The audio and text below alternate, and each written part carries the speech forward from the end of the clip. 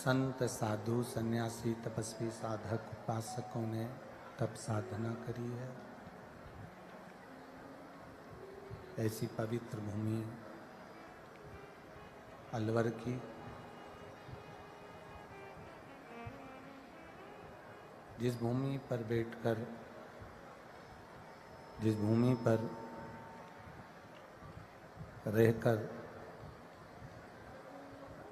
तपस्वी तप करें, साधक साधना करें, उपासना करें, ऐसी पवित्र भूमि पर बैठकर आप और हमको शिव महापुराण की कथा श्रवण करने का सौभाग्य प्राप्त हुआ है। सभी में भगवान की भक्ति करना,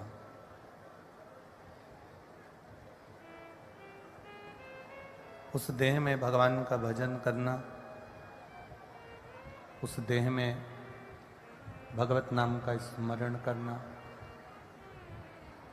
एक कठिन विषय है। जब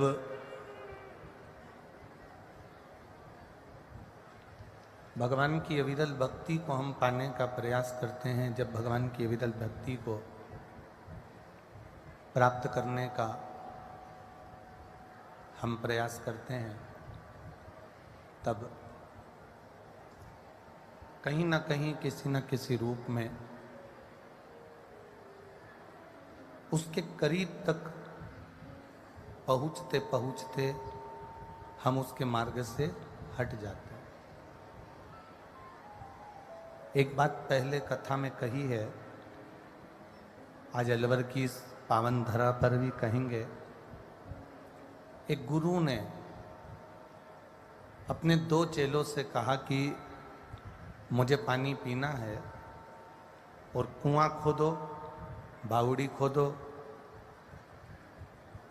और कुआं खोद के पानी निकालो, मुझे पीना है।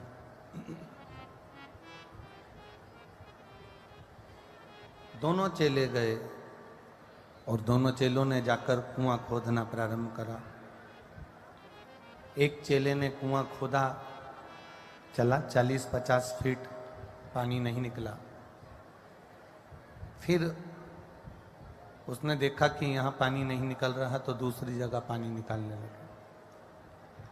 दूसरी जगह कुआं खोदकर पानी निकालने लगे, वहाँ पर भी पानी नहीं निकला। तब तीसरी जगह कुआं खोदा और पानी निकालने का प्रयास। 3-4 कुएं 40-40, 50-50 फीट के 40-40, 50-50 फीट के खोदना प्रारंभ करे, पर पानी नहीं निकलता। अब एक चेले ने तो यहाँ भी कुआं खोद लिया, वहाँ भी कुआं खोद लिया, वहाँ भी कुआं खोद लिया, 4-5 जगह कुएं खोदे पर पानी नहीं निकला। दूसरा जो चेला था उसने कुआं खोदा 40 फीट, 50 फीट, जब उसमें पानी नहीं आया तो उसको और खोदा 60 फीट, 70 फीट, फिर उसको और खोदा 80-90 फीट, फिर उसको और खोदा 100 फीट, 150 फीट पर पानी आ गया। जल लेकर गुरु जी के पास में आया, गुरुदेव ये जल लीजिए, पानी पी लीजिए। दूसरे चेले से, शिष्य से गुरु जी ने पूछा कि तुमने कुएं नहीं खोदे? चेला कहता है इससे ज्यादा कुएं मैंने खोदे, चलकर देख लो। 1, 2, 3, 4, 5 कुएं खुदे, पर किसी में पानी नहीं है। इसने जो कुआं खोदा उसमें पानी आ गया। कारण क्या है? तुमने थोड़ा कुआं खोदा, छोड़ दिया, दूसरा कुआं खोदा, छोड़ दिया, तीसरा कुआं खोदा, छोड़ दिया। पर दूसरा जो शिष्य था उसने एक कुएं को इतना गहरा कर दिया, इतना गहरा कर दिया, इतना गहरा कर दिया कि उसमें से पानी निकल गया और पानी पीने में आ गया। शास्त्र कहता है हम बैठते जरूर हैं भगवान का भजन करने के लिए, स्मरण करने के लिए, पर ये हमारे भीतर की सोच है। थोड़ी देर मन लगाया फिर उठ गए, फिर थोड़ी देर मन लगाया फिर चित्त हट गया, फिर थोड़ी देर बैठे फिर मन हट गया। ये हम बार बार करते रहे, बार बार अपने चित्त को भ्रमित करते रहे। एक चेला वो होता है जिसने खुदाई करी, करता गया करता गया करता गया, भगवान का नाम लेता रहा लेता रहा लेता रहा, एक लोटा जल शिव जी को समर्पित करता रहा, शिव की चौखट पर जाता रहा और आखिरी में शंकर भगवान ने उसका हाथ पकड़कर नैया पार लगा दी। एक भक्त वो हो जाता।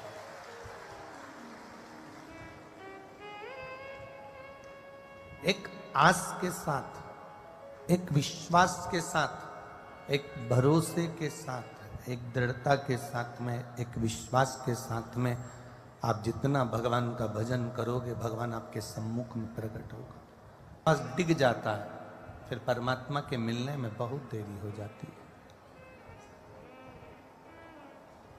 कितनी एक भगवान शंकर का एक अवतार है, लकुलेश अवतार। क्या नाम है शिव जी के अवतार का? लकुलेश। जम के बोलो जरा, लकुलेश अवतार मेरे शंकर भगवान का एक अवतार है जिसका नाम है लकुलेश अवतार। ये शिव जी का ऐसा अवतार है कि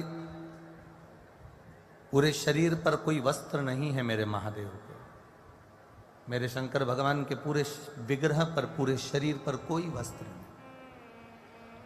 शिव जी का लकुलेश अवतार ऐसा है कि एक हाथ में उनके खप्पर है और दूसरे हाथ में एक छड़ी है। आज त्रिशूल हाथ में नहीं लिए हैं, त्रिशूल की छड़ी हाथ में लेकर जा रहे हैं। ये लकुलेश अवतार। जटाबंदी है, भस्म रमा है, कान में एक फूल कनेर का शिव जी को लगा है, त्रिपुंड मस्तक पर है। बड़ा सुंदर विग्रह भगवान शिव जी का, जिसको लकुलेश अवतार कहा गया।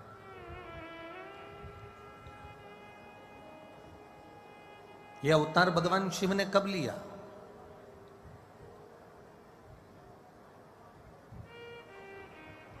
लकुलेश अवतार लेने का शंकर भगवान का कारण क्या था? शिव जी का लकुलेश अवतार होने का एक कारण केवल इतना है। एक बार माता पार्वती जी ने भगवान शंकर से कहा, भोलेनाथ मुझे नंदनवन और महाकाल वन इन दोनों का दर्शन करना। मुझे नंदन वन भी जाना है और महाकाल वन भी जाना। अब भोलेनाथ जी ने तुरंत माता पार्वती जी से कहा कि तुम एक वन का दर्शन कर लो, चलना है तो नंदन वन चलो, तो मैं तुम्हें नंदन वन का दर्शन करा देता, और यदि तुम कहो तो मैं तुमको